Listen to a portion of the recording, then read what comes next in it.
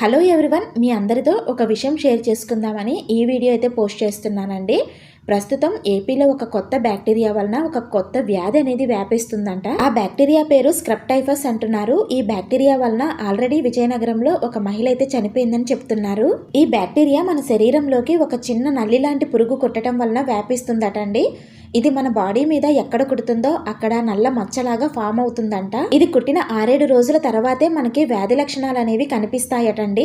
వ్యాధి లక్షణాలు వచ్చేసి శరీరం మీద నల్ల మచ్చలు, హై ఫీవరు, బాడీ పెయిన్స్, ఎక్కువగా హెడేక్ ఉంటుందట. సో ఇలాంటి లక్షణాలు ఎవరికైనా ఉంటే చలికాలం కదా, ఇది నార్మలే అని లైట్ తీసుకోకుండా వెంటనే డాక్టర్ని అయితే సంప్రదించండి. వెంటనే డాక్టర్ని కనుక సంప్రదించకపోతే ఈ బ్యాక్టీరియా మన బాడీలోని అన్ని ఆర్గాన్స్ ని ఎఫెక్ట్ చేస్తుందని చెప్తున్నారు. సో ఇది ఎంతవరకు నిజమో తెలియదు, కానీ ఇలాంటి లక్షణాలు ఏమైనా కనిపిస్తే వెంటనే జాగ్రత్త పడండి. ముఖ్యంగా చిన్నపిల్లల విషయంలో ఈ వీడియోని లైక్ చేసి మరికొంతమందికి షేర్ చేయండి. అదేవిధంగా ఛానల్ని సబ్స్క్రైబ్ చేసుకోండి.